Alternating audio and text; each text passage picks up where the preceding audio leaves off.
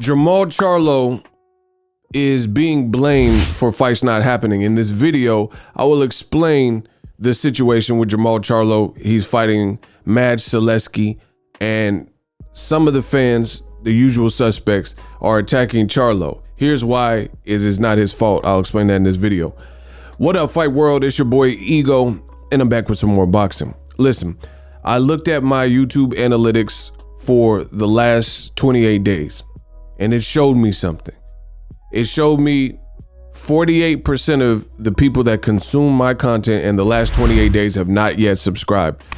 To the rest, I appreciate you, but 48%, maybe you forgot. I'll give you the benefit of the doubt. Maybe you forgot to subscribe. Sometimes YouTube unsubscribes you. Whatever the case may be, hit the subscribe button. It goes a long way on the channel.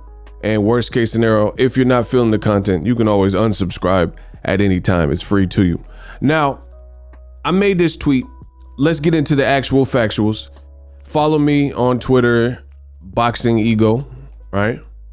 And I noticed a pattern. I noticed something funny. So Showtime did their rollout, and they basically stated that Jermall Charlo, his next fight is SULECKI. Now, that's a name that a lot of people probably aren't familiar with. He's not a big, huge name in boxing, but me, I cover boxing, so I know it. And it's definitely not the name that people were expecting. However, I said this in tweet.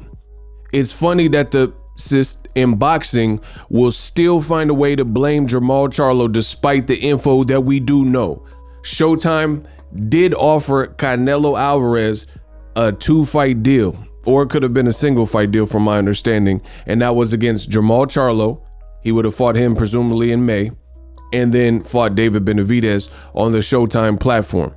This is why the Showtime rollout, in my opinion, just came out right now, because when you're running a business, you got a budget. Canelo represents a lot of your budget if you have or don't have him on your network, because he gets paid so much that must be taken into consideration to see how much. It's kind of like paying rent. When you pay rent, you get your, let's say you get paid bi-weekly. You work at Kroger's grocery store. You're a clerk, right? Cashier, whatever. You get paid bi-weekly and you take home $2,000. If your rent is $1,500, then that means you have $500 to really work with, because rent must be paid unless you plan on losing all your stuff and being homeless, etc., which God forbid no one wants that, right? So that's an example on an independent level of budgeting. Is no different in world boxing or any business. It doesn't have to just be boxing, any business. If Canelo's on your network, guarantees are very high because of his name and stature or whatever. So it's gonna cost you, and that could create an influx of spending, so you have to monitor, you know, what other fights you can do after that. So when Canelo decided to not fight on PBC against Jermall Charlo and to instead fight against Dimitri Bivol, right, then that freed up the budget, and then they kept it rolling, kept it pushing.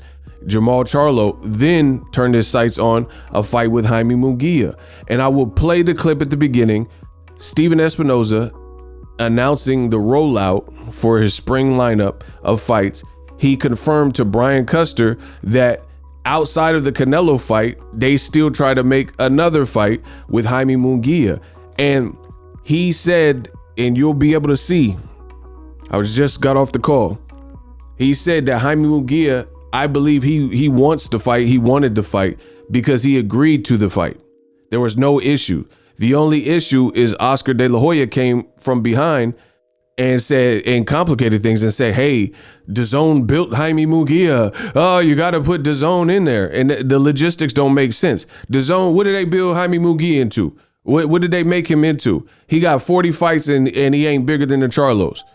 So what they build him into? Why do they have to be involved? And see, this is, bro, DAZN is catching so many L's right now. It's not even funny, man. It's not even funny. What did they build him into? Great fight for the fans. The fans got robbed, and per usual, the fans got the short end of the stick. How can we blame Jermall Charlo or Showtime when they're out seeking out the best. If you look at their calendar, they got some heat. Daniel Roman, you know, they got some good fights on there. So I'm not gonna blame the people that clearly made the attempt. You have a black American fighter with a twin brother, Jermall Charlo, undefeated, WBC champion. He been wanting to fight Canelo. They made a whole special program, the witness protection belt, the franchise belt for Canelo, when the heat started coming close for where Jermall Charlo was looking like he was going to get a Canelo shot or a mandatory. And then now Canelo got an offer, fast forward to the future, 2022, got an offer to fight Jermall Charlo, and he turned it down for whatever reason.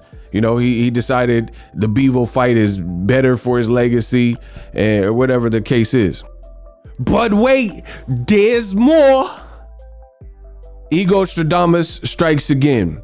You guys see it on the screen. Shout out to Las Vegas Locally. They're a dope follow on Twitter. So Las Vegas Locally, they don't cover boxing per se.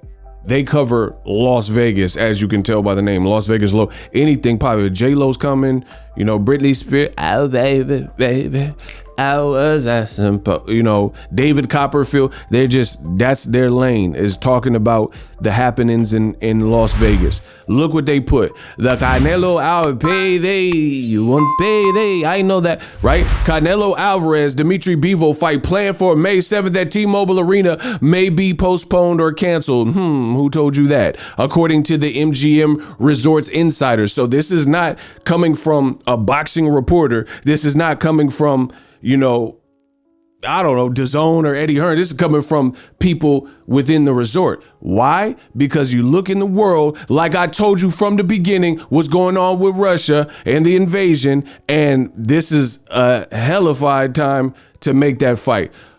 Again, Ego Stradamus, I must be the greatest. I shook up the world. If Canelo did what I said and decided to fight against Charlo, then Benavidez, two American stars that are undefeated, none of this would be the case, because with Americans, the invasion is not something that's going on here, so there's no reflection on that. The sanctioning bodies, Klitschko's like, sanction Russia, don't allow this, and Russia's allowing, you gotta know what's going on in the world. Russia's allowing piracy, and they're banning Facebook and Instagram and Meta and all types of stuff. I'm not even gonna get into it. I haven't got the time to get into every detail. I've been telling you all that. But anyway, the race fans, they're gonna blame Charlo for it when I just showed you and I just told you. They wanted to make bigger fights for the fans. These two people could have been on the menu for Canelo. He chose not to for whatever reason. And then the same goes for Jaime Munguia. With Jaime Munguia, his situation is different. He didn't become a franchise champion, nothing like that. But I really think Jaime Munguia himself wanted to fight, but he has a co-promoter deal with De La Hoya, and De La Hoya came in and, you know, started asking for stuff he knew wouldn't happen. Listen, there's more than one way to get out of a fight. Listen, let me tell you, I've been in the game for a minute. More than one way to skin a cat, more than one way to get out of a fight. You can outprice yourself. You can ask for ridiculous demand. That's what happened right here. Y'all blaming Charlo. Boop. The more you know. Subscribe to the channel. I'm the best in the business. Away from Houston, Texas, the Toyota Center. And on Juneteenth, by the way, which is something that Jermall Charlo started doing just last year, said he wanted to continue to do that. Make it an annual thing to fight on Juneteenth, which is obviously very big there in Texas. He has his fight, Masij Sulecki. So talk to me about this fight, Charlo defending his title at 160. Yeah, you know, the reality is, you know, there's been a lot of discussion. I'm sure there'll be some questions when we get to the media portion of this about, you know, Charlo's journey to this fight, and happy to discuss those. But the reality is, you know, when a super fight like a Canelo versus Charlo fight falls apart, you just have to regroup, move to the next best thing, whether it's, you know, it's going to be Munguia or in this case, Sulecki. Sulecki is a proven contender, a veteran, only 2 losses to 2 of the best guys in the division, you know, in Danny Jacobs and Billy Joe Saunders. So, you know, this is, I know everybody wanted Canelo Charlo, and, you know, I still want that too. I know Jermall more than anybody wants that fight. But this is a really good alternative here, you know, and a quality test there in Houston. But before we move on, let me ask you about Munguia, because it seemed as if then Charlo Munguia was going to happen. Do you think Munguia and his team wanted that fight? I have no doubt that Munguia wants a fight. First of all, I would never question the heart of a fighter, and certainly someone as accomplished as Munguia. But Munguia had a deal. He reached agreement. He had accepted the terms of the fight.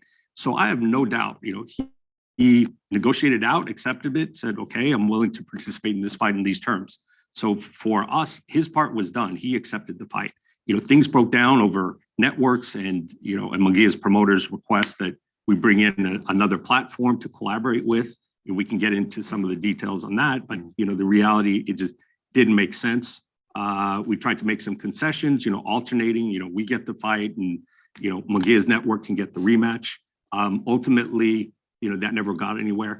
And, we weren't able to reach agreement. So we've got to move on and get Jermall the best available fight after that. And, I think sometimes that's sad that sometimes in this sport, the promoters, when they get involved, things go left. A